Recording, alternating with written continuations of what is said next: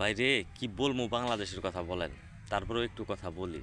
আপনারা মনোযোগ দিয়ে শুনবেন এবং ভালো লাগলে লাইক কমেন্ট শেয়ারের পাশাপাশি নতুন হয়ে থাকলে চ্যানেলটাকে সাবস্ক্রাইব করবেন। ভাই, মনের মধ্যে কিছু খটকা লাগে, সেই খটকাগুলো নিয়ে আমি আপনাদের সাথে কথা বলতে চাই। দলমত নির্বিশেষে কেউ কোনো দলীয় প্রসঙ্গ টানবেন না। মানে আমাদের বাংলাদেশের যে বর্তমান অবস্থা, আপনারা উমের মুরগি চিনেন? উমের মুরগি মানে আমরা আঞ্চলিক ভাষায় যে মুরগি, একটা দেশি মুরগি 10, 15, 20টা ডিম দেওয়ার পরে সেটা কিন্তু আসে।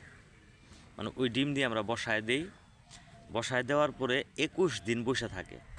হয়তো কোনো মুরগি 2-1 দিন আগে, 21 দিনের 2-1 দিন আগে ডিম ফুটায়, বাচ্চা ফুটায়। আবার কেউ কোনো কোনো মুরগি 2-1 দিন পরেও বাচ্চা ফুটায়। আচ্ছা যাক, সেই প্রসঙ্গে যাব না। কিন্তু কয়টা ডিম নষ্ট হয়েছে বা কাঞ্জা হয়েছে, কাঞ্জা বুঝেন? কাঞ্জা তারাই বলি আমরা, যেটা নষ্ট। এখন মুরগি 21 দিনের আগ পর্যন্ত যখন বাচ্চা না ফুটায়, মাঝে মাঝে বের হয়, তখন কিন্তু বুঝি না যে কোন ডিমগুলা ফুটাবে আর কোন ডিমগুলা ফুটাবে না, মানে কোন ডিমগুলা কাঞ্জা বা নষ্ট, এটা কিন্তু বুঝি না। এটা গিয়ে কখন বুঝি? ঠিক যখন 21 দিন পার হয়ে যায়, দেখা গেল 10টা ডিম দিয়ে বসাইছি, এর মধ্যে 3টে বাচ্চা ফুটাইছে বা 4টে বা 5টা ফুটাইছে আর 5টা ফুটাই না, এই 5টা ডিম নষ্ট।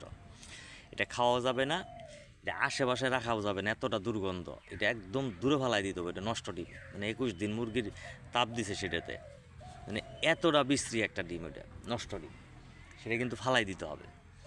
হ্যাঁ, ওই 21 দিন পরে গিয়ে 5টা নষ্ট বেরোইলো, আর 21 দিন পরে কিন্তু বিষয়টা জানতে পারলাম। তদ্রূপ ডক্টর মোহাম্মদ ইউনুসের বেলায় একই জিনিস হবো। সে এখন যে ক্ষতিগুলা করছে একটু একটু আমরা বুঝতে পারতাছি। যেমন চট্টগ্রাম বন্দর যেদিন হাসিনারে ফাঁসির রায়ের নামে দিয়ে দিল, আরও যে কাজগুলা করছে, অনেক কিছু করছে, এটা বইলে শেষ করতে পারবো না। তবে অনেকেই হয়তো এখন বিশ্বাস করবেন না, এইটা বিশ্বাস করবেন।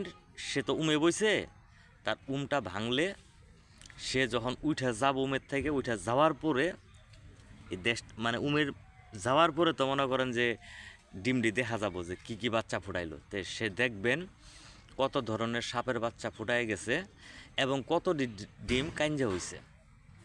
তখন বুঝতে পারবেন, তখন হয়তো আমরা বাঙালিরা অনেক আফসোস করবো যে তারে ধরি নাই, সে থাকতে ধরি নাই কেন, তারে কেন দায়িত্ব দিছিলাম।